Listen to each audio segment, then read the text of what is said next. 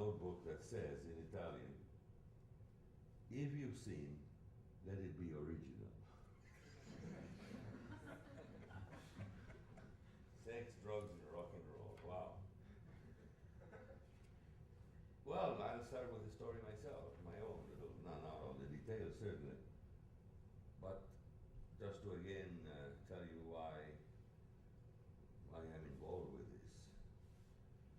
And I am from Puerto Rico, so I grew up in Latin American Hispanic Catholicism. Everything was penetrated by Catholicism. The culture was fully Catholic, in that sense anyway. We had processions with the Blessed Sacrament on Corpus Christi through streets in the old city that are known to be centers of prostitution, only to have the windows open of those houses and the ladies throw flowers to the Blessed Sacrament as it passed by. Talk about another understanding of morality. And to me, the church, the Catholic Church, was just like the air one breathes. I didn't have any particular piety. It was just like I found strange anybody else. When I went to study space science and applied physics at the university in the United States, a Catholic university in Washington, it was the first time I came across a Catholicism that I had never experienced before. And it was, I felt, a defensive one that it underlined its identity, but not in a proud, happy way, but in a defensive way. People like whispering, were like, she is a Catholic. and I found that very strange. But what the heck, I wasn't going to stay there forever. My big desire was to get out and start working in scientific research, which I did. And there was the first time I entered a culture in which there was no Catholic, in fact, rather no Christian presence either as such. What was there was a bunch of people that I loved, that were friendly, but above all that I admired, their passion for their work, their open-mindedness, the curiosity and the rigor with which they pursued their scientific investigations. I love that. I wanted to make it my own. I tried to learn from them, and that was that. However, they had a question. How could I be that way and be a Catholic? That is to say, they felt that there was a split, an incompatibility between my dedication to scientific research, which was not an abstract dedication. I had a passion for it. This is not 9 to 5 work. Sometimes you show up at 9 because you have to, but you don't start work till about 8 p.m. or something like that, because the rest of the time you're just talking with the other guys. It's when creativity strikes, that's when you do it. And it was just great. But they asked me, how can, and yet I tried to answer and saw nothing in my Catholic faith that was in conflict with that. But the more that they insisted, the more I somehow began to, not really to experience that conflict, but maybe yes. For the first time ever, then my faith did not encompass all of my life. It was more or less what Greg said. There were two things. There were my personal faith, and then there was my life. My life in the world, that is to say, my life as in this case, as a scientist, and as everything else that I was interested in. So not just in science, I was interested in everything, in literature, and in politics. For that, I was all right. And then when faith came, I somehow was expected to withdraw from all of that.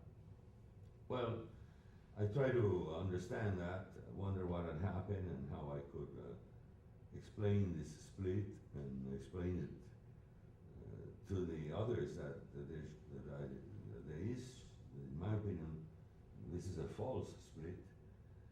That time coincided with the Second Vatican Council, and at that time I read of the Council in the New York Times, and they so did they. So they asked me particularly what's going on in your church, and in as much as it was presented as entering into a dialogue with the modern world, among other things, I liked that, and I thought, well, I mean, it's kind of doing the work I should be doing.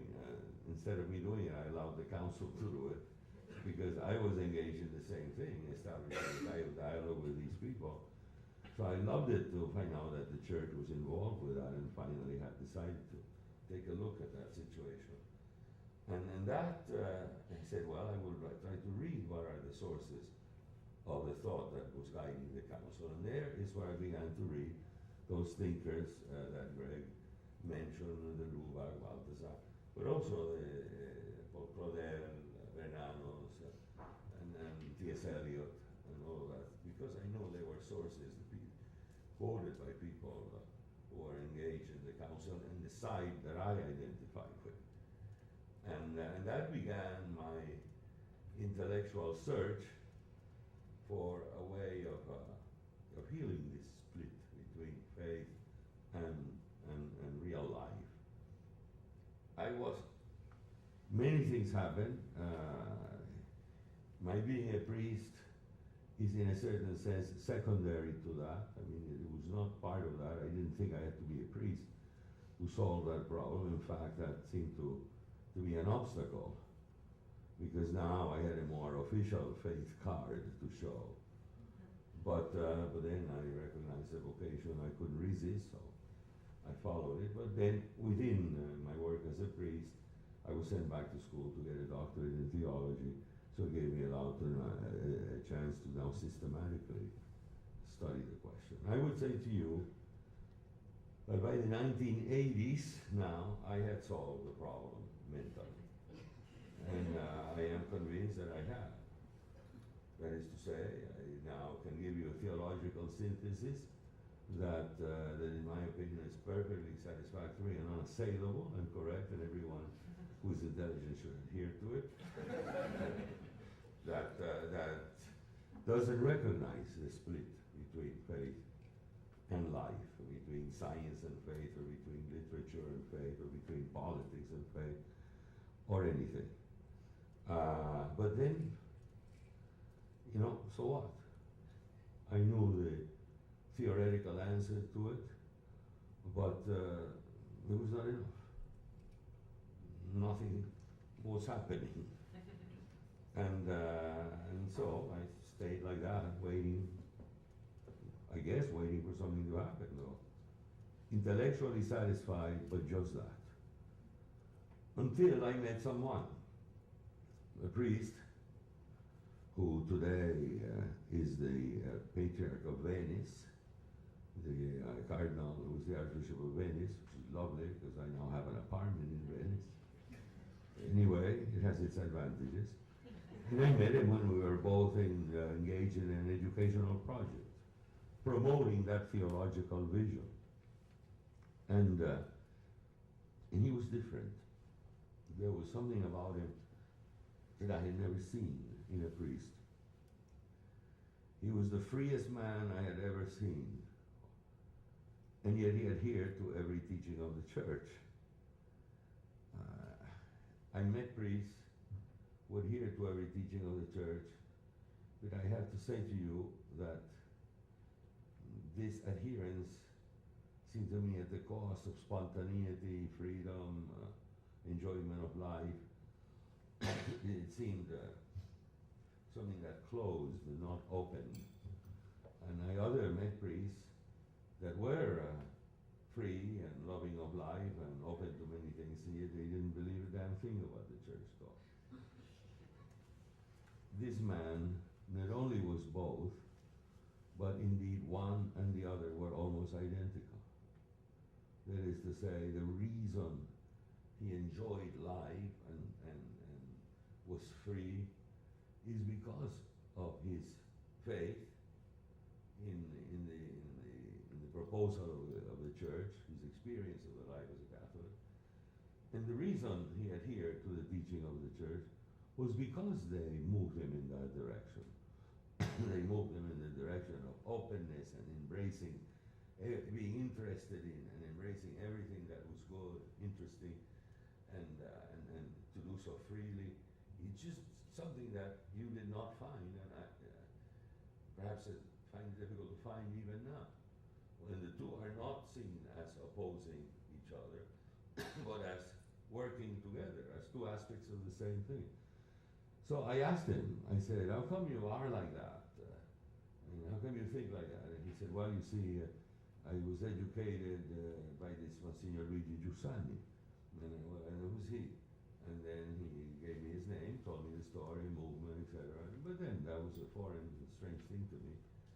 But fine, that was that. Every time that he acted this way, I asked him the same question, and always the same damn Giussani kept coming up. So in one visit to Rome, I bought the books that I found by Father Giussani. I read them, I loved them. I said, oh, he thinks like me. I mean, he has the same theological vision and everything. I remember going to a cardinal I was working with and said that, and he said, perhaps you should put it the other way around. You might think like Giussani. And he said, he comes first. The man is very important. He establishes movement. I said, yeah, well, what the heck. Anyway, fine. So now I read Giussani and I saw that his theological answer was the answer that I more or less had already embraced. But I didn't feel what Angelo Scola, this is the guy's name, I mean, it hadn't led in me to the same kind of life, energy that it had in him. So I kept asking the same question. And finally, he was very upset and said, God damn it, this is it. Those were his actual words.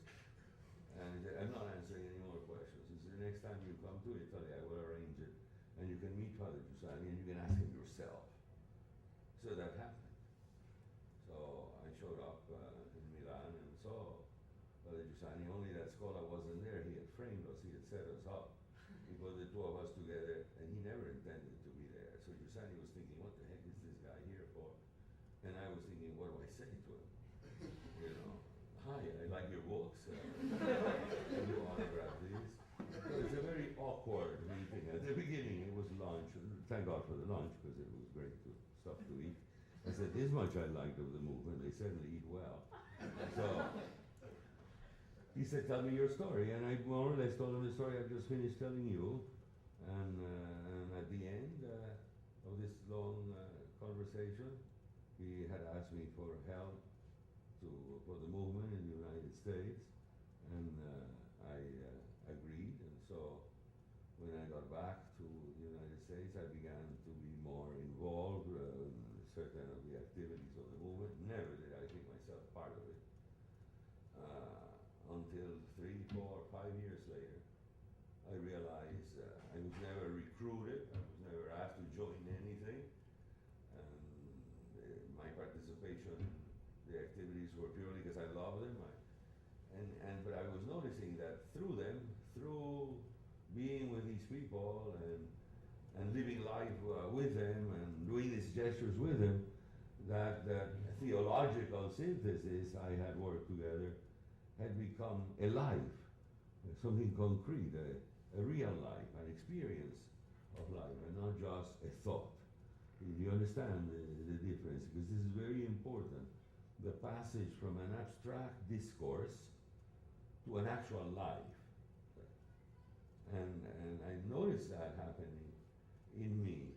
And finally, I realized that without knowing it, I was now part of that family, and I have found a home of my faith and my Catholicism, of my life, my vocation, and everything. And so I announced it to them. There was no great cry of joy.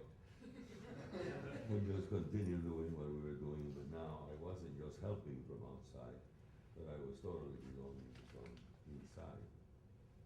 That's my experience to here. Many years later, I was to come across the line of Father Giussani somewhere. I don't know the sources, because I've decided never to know anymore, to clear part of my memory by not knowing any source of any quote or anything, I don't know biblical verses, because it's all in Google. So I just put the words and somehow miraculously it appears.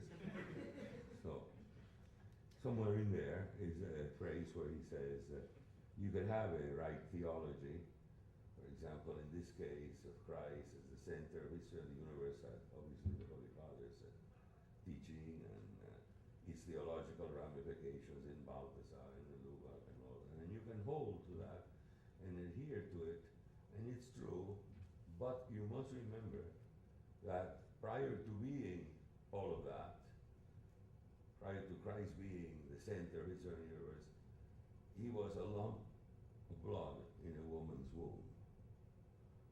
And I said, you know, that's the difference.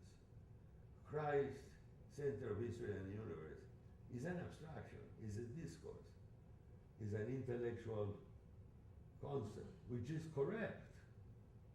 It's correct. But so what? Christ as someone who began life as something as concrete as in the womb of a woman, that's different from the Christ that is the center. I mean, there's a fact there. There's a reality, and I realize that this is where the problem was in the split between fact and theory, or in discourse, fact and discourse, fact and discourse. Somehow or other, they had separated, and you had a discourse which was essentially in its own terms correct, but played no part in real life because it was not a fact of your life. You organize your life around other experiences, like, you know, which then I saw is exactly what Father Giussani confirmed in that famous train ride in 1954, right before he made the decision that was to lead to the movement, in which he would travel with a bunch of high school students to a beach in a train. And when he arrived there, he realized that all of them saw themselves as Catholic, but the reality of Christ as that once lump of blood, played no part in their lives. Christ, the abstraction, did, as a remote figure, a teacher, an inspirer, or whatever, but he was not a fact. On the other hand, there were other people that responding to other facts that seemed to be generating a way of life. And this is what the church had done once. How did Christianity come to embrace the whole world when they got out of the Palestinian beginnings into Rome? It wasn't through just merely a discourse. It was because it was a way of life. A way of life based on a fact. And if you read all those guys, the so-called fathers, mothers, uncles, and teachers of the church, they keep this insistence. St. Augustine, for example, when he says, before, in our hands we have the books where the theory is written. The Bible, today you can add the creeds, the encyclicals, the inspiring theological books. In our hands we have the book, but before our eyes we have the event, what's happening. You know, this theory interprets or is the expression of an experience, of a fact, of something that happens in life. And that's something that happens, is what generates within you and therefore from you into the world a new way of looking at reality, a new way of standing before what is real. And other than that, the culture, especially contemporary culture, but really all culture, other than that, will interpret the discourse in its own terms, founded on its own experience, and it will make it harmless, non-provocative, boring. It will dissipate into the general mentality. It will have no freshness. interest. And you know, if there's anything that can be said, anything, when you read the Gospels looking for this, anything that can be said about Christ is that he certainly would not have been called by anyone a boring person. He was so provocative as to be offensive many times. And yet, it was not just his words, not at all. Above all, it was his gestures. It was what he did, and the way that he spontaneously reacted. There was something that attracted people and repelled others, but there was something there. The reaction many times is, where does this guy come from? How come he speaks this way? What the heck? Don't we know his family? What kind of education did he have? Why does he speak like that? Leading to the question, who is this man? If that it is that provocation that is the engine of Christianity. You take that away and reduce Christ to an intellectual proposal, and that's gone. I began to see the problem we were facing is that we had lost that provocation. That for whatever reasons, Christ was not being presented by the church as a fact that is provoking, that is surprising, but as something else, as a discourse.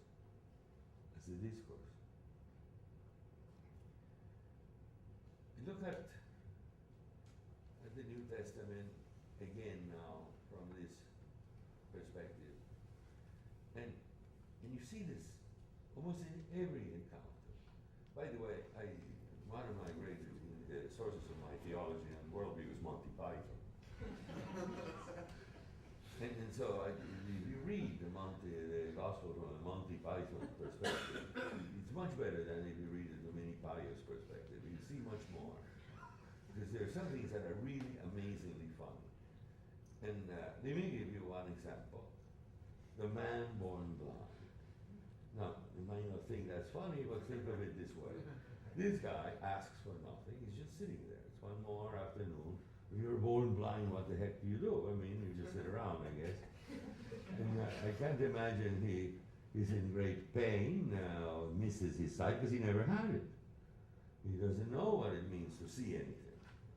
So he's just kind of sitting around and, hoping not many neighborhood kids come by, because the kids could be cruel, making fun of him and everything. But he hears noise and says, oh my God, kids. But then somebody says, no, it's some religious leader, his name is Jesus. Oh, well, fine. What the heck, you can't get up and follow the guy because you don't know where he's at. So just something else that passes by, you see. So anyway, but suddenly this guy stops. And there's this discussion with these people about, was this his fault or his parents' fault? This guy's saying, what the heck, are they talking about me? But he doesn't know that one knows. Hi, Oliverta. I am in the middle of my talk. Everybody here sends regards to you. What a timing. Let me turn the damn thing on. Anyway, you see it plays the classical music. So the guy's just sitting there, but then suddenly this religious leader stands and spits at the ground.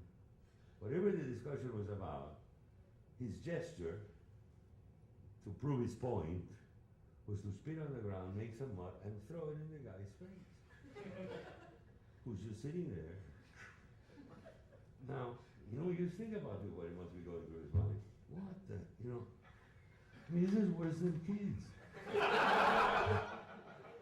Or as Rodney Dangerfield, who has died yesterday or something, there's no respect.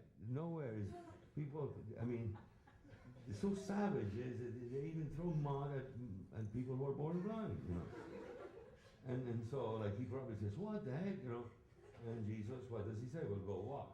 Well, hell, yeah, no, I had hoped to remain here. So the guy goes, swearing or whatever, staggering, because how the hell did he find the water? I don't know. Anyway, he watches, and certainly he can see. Jesus and the others are gone, the discussion seems to have ended, but one thing has happened. This guy can see. Does he understand why he can see? Does he know why this was done? Does he know anything about the guy who did this? Nothing. Nothing. Everything has changed and hasn't been due to anything other than the fact that for one moment he was in the same path as this guy. If he had decided that afternoon not to sit in that damn corner, but to go into another one, he would still be blind. But I want to tell you, notice, the change began because of a concrete moment, in a concrete place, through a concrete way. Okay. Now you know that he gets picked up by friends and foes, who immediately becomes a problem, a theological problem himself, because it was the Sabbath, and the enemies of Jesus pick him up and wanted to interrogate him, and there begins that amazing page after page, but masterpiece, page after page of the questioning of this guy by the authorities. The authorities ask him, who was he, why did he do this, where does he come from, God? And this guy keeps saying, I don't know a damn thing. What do you mean he comes from? You should know this thing. I mean, you're really the teacher. We don't know where that guy comes from. What? You're the big authorities and you don't know where this guy comes from. You know, like, what kind of idiots are you? You should be here to tell me these things. Instead, you're asking me. Forget it. Well, not a nice attitude towards such authorities. But in any case, they bring in his parents, and yes, of course, they say, yeah, sure. Forget it. He's old enough. He can answer for himself and sneak out. And at the end, they bring the guy again, and he says what I think is one of the most revealing lines in the entire New Testament. Remember, he says, look, I don't know anything. I don't know the answer to any of your questions. Do know one thing. I was blind, and now I can see. He hung on to a fact that was unassailable. All opinions are assailable. The fact is not. It's either there or it's not there. And it generates a life which, as long as it is based on the fact, on the experience of a fact, has a life. If not, it's just an intellectual discourse. Maybe it has life up here for a while, but it doesn't move you, it doesn't change anything in the way you experience reality and see the trees and love your woman and buy your food or whatever. It's just an intellectual proposal. The guy hung on to that fact and eventually was to see Jesus again, at which time he recognized and believed in him. That's one man. John and Andrew leave John the Baptist and follow this guy. And when he says, what do you want? They don't ask what's true, what's false, what's good, what is it? They say, where do you hang out? We want to be with you. Why? Because there was something, there was a provocation. Something was happening to them, just like the guys in Emmaus. Says our hearts were burning, you know, as this guy was explaining to us the scriptures and everything like that. It's beginning to be, it becomes an experience. Again, this is not sentimentality. The discourse and the proposal and the intellectual, this is a serious matter, but it originates in an experience. Many years later, John or whoever wrote the fourth gospel, Sidney Blumenthal, for all I care, was sitting in the Patmos Holiday Inn, you know, is putting the whole stuff together. And when that day is recounted, it says, it was 4 p.m. Johannine theology did not exist before a certain day until 4 p.m. At 3:59, there was no Johannine theology. At 4:01, it was all there. What happened at 4? This guy ran into another one. An event, a human encounter. Again and again and again, urge you to read The Samaritan Woman, Zacchaeus. One of my favorite is the paralytic coming down from a hole in the ceiling. That's as funny as it gets. I mean, the poor man thinking, this is the lowest moment of my life. and then again, you know, just think about this paralytic when afterwards when he went home, he could walk. I don't know what he did. I don't know, what does one do? Well, that night eventually, he got drunk or something, but that night he went to sleep. The following morning he got up and for a moment there, was going to yell to whoever it is that got him up to go to the outhouse. And suddenly he said, wait a minute. I can go myself. And he opens the door, and there are the trees and the fields and the dogs and everything. He saw them every day when he was a paralytic. But today he is seeing everything in a brand new way.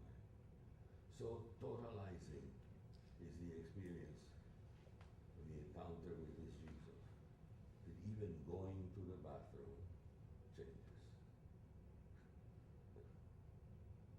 Is that gone? Is it all over? This is the big question. Did that end after they killed him? Oh, well, no, we now have the risen Christ. Yeah, but it's not the same. It's not the same. Is it the same? The risen Christ for most is an abstraction. It's all right, he rose on the end of the third day, and that's wonderful. Hey, congratulations. But this human encounter with him, if that doesn't exist today, then really it's all over. And no amount of orthodoxy or morality or philosophy can bring it back if nothing happens. I came to understand that Msgr Giussani had realized this, and that the problem was in making the Christian proposal not just a theoretical one, but a fact of life, and creating a way of being together, which is not surprising since this is what the church is, a way of being together through which the discourse becomes a fact. And through that fact, you begin to see life in a new, more intense, more attractive way. In conclusion, I would just like to just read to you his own words.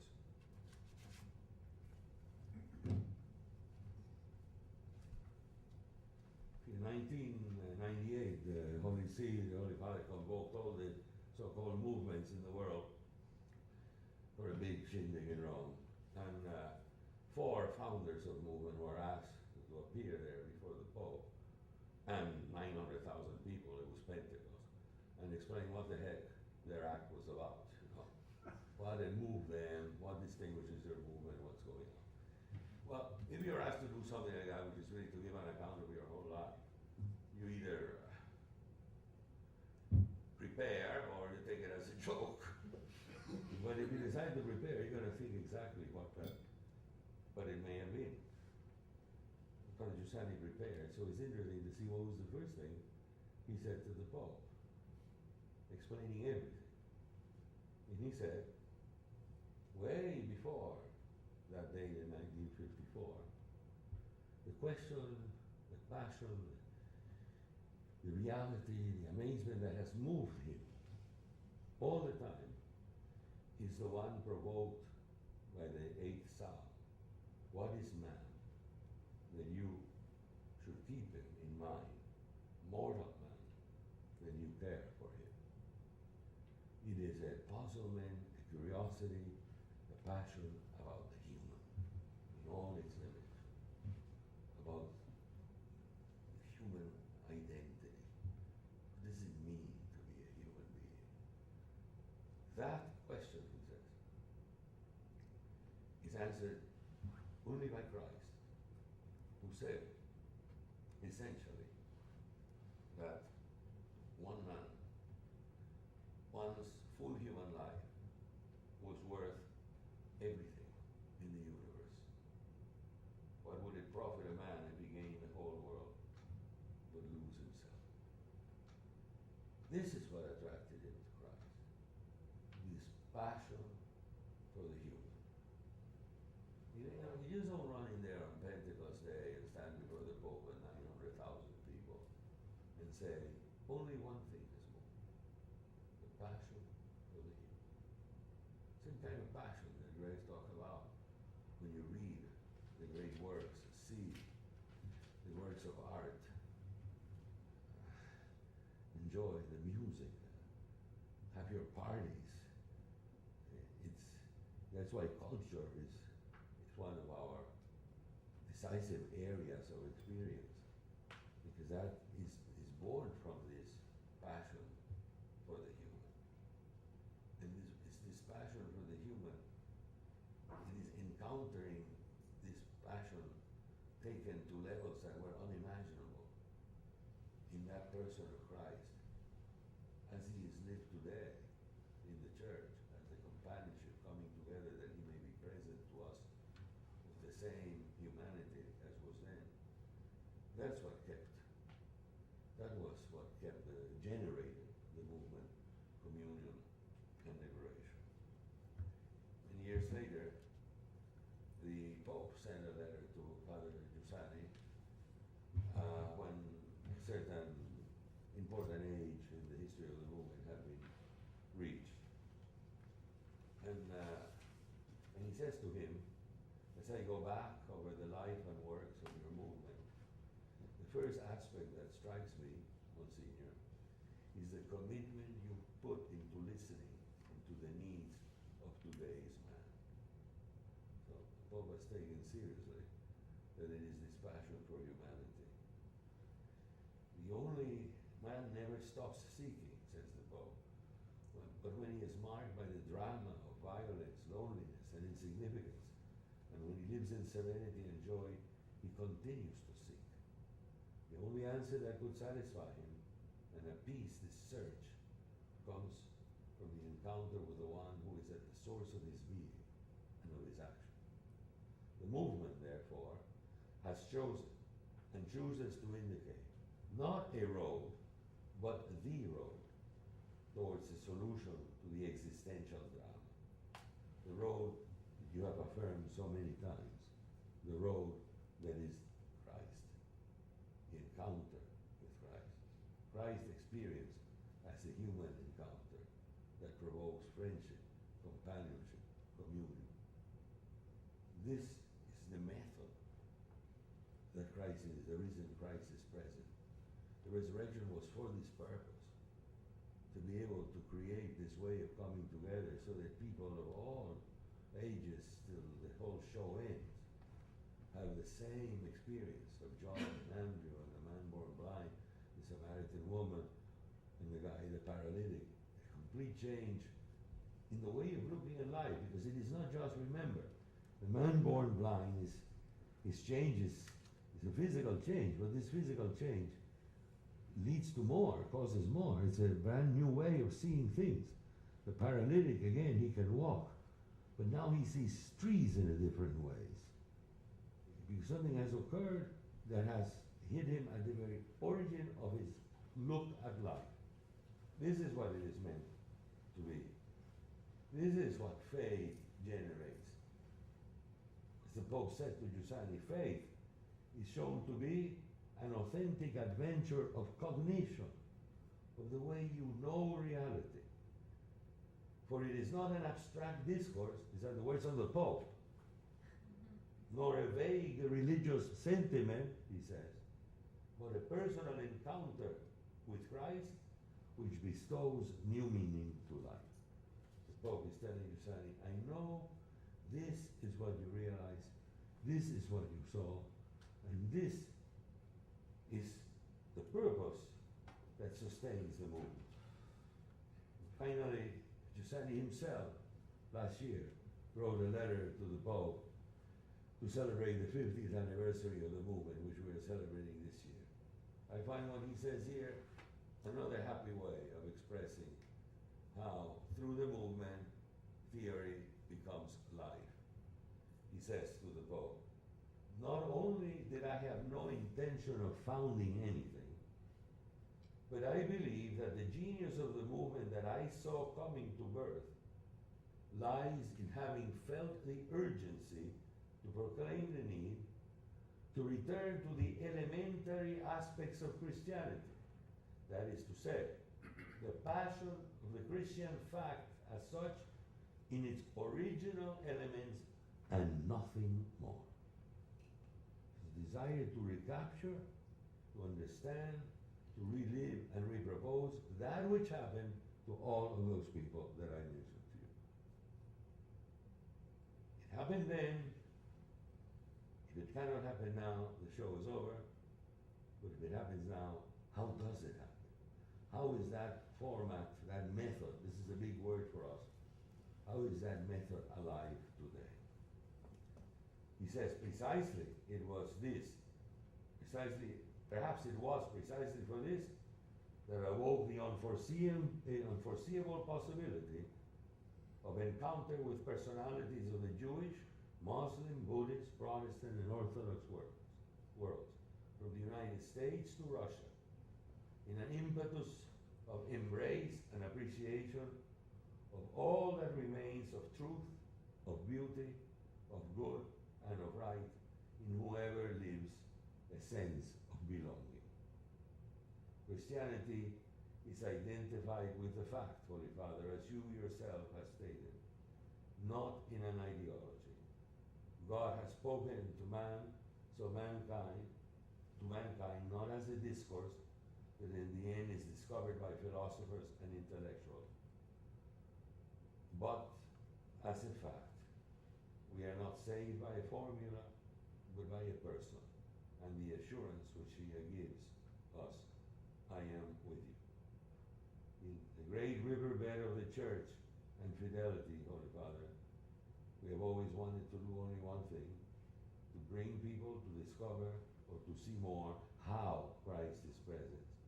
The way, method, how, to be certain that Christ is God, to have no doubt that what Jesus Christ said of himself is true, finds its true answer in the attitude of the apostles, because they were always asking, who is he?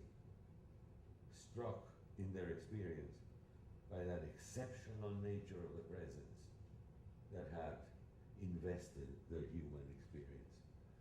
Exceptionality, marvel. If it's not something exceptional, he's not really like that. Unless it is something that provokes amazement and wonder, that shows such a disproportion from the simplicity in which that appears, and your awareness of the presence behind it. If that's not present, come on, there are better things to do. Your Holiness wrote to us, before being a sum of doctrines or a rule for salvation, Christianity is the event of an encounter. Holy Father, for 50 years we have wagered everything on this evidence. It is exactly the experience of this encounter that lies at the root of the shaping among us of many Christians' vocations to marriage, to the priesthood, to virginity, and the blossoming of lay personalities committed in life with a creativity that invests day-to-day life according to the three elements, through the three educative dimensions always recalled from the very start: culture, charity, and mission. For this reason, we do not feel we are the bearers of a particular spirituality, nor do we feel the need to identify it. What dominates in us is gratitude for having discovered that the church is life that encounters our life. It is not a discourse about life. The church is humanity lived as the humanity